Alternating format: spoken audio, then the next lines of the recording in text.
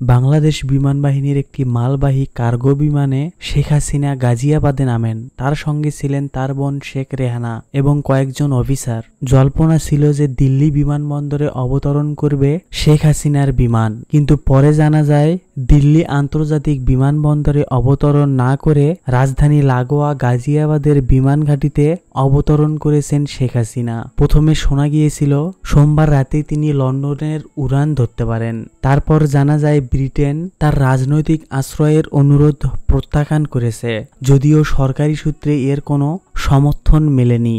তবে তেমন হলে শেখ হাসিনা আগামী কয়েকদিন দিল্লিতেই সেফ হাউসে থাকতে পারেন। তবে ভারতে তিনি কোনো রাজনৈতিক আশ্রয় চাননি।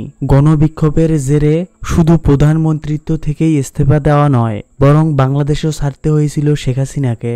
সোমবার দুপুরে বোন রেহানাকে নিয়ে ঢাকার বাসভবন তথা গণভবন ছাড়েন তিনি।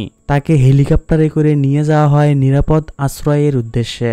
বাংলাদেশ বিমান বাহিনীর কপ্টারটি উড়ে নিয়ে যান এয়ার কমান্ডার আব্বাস।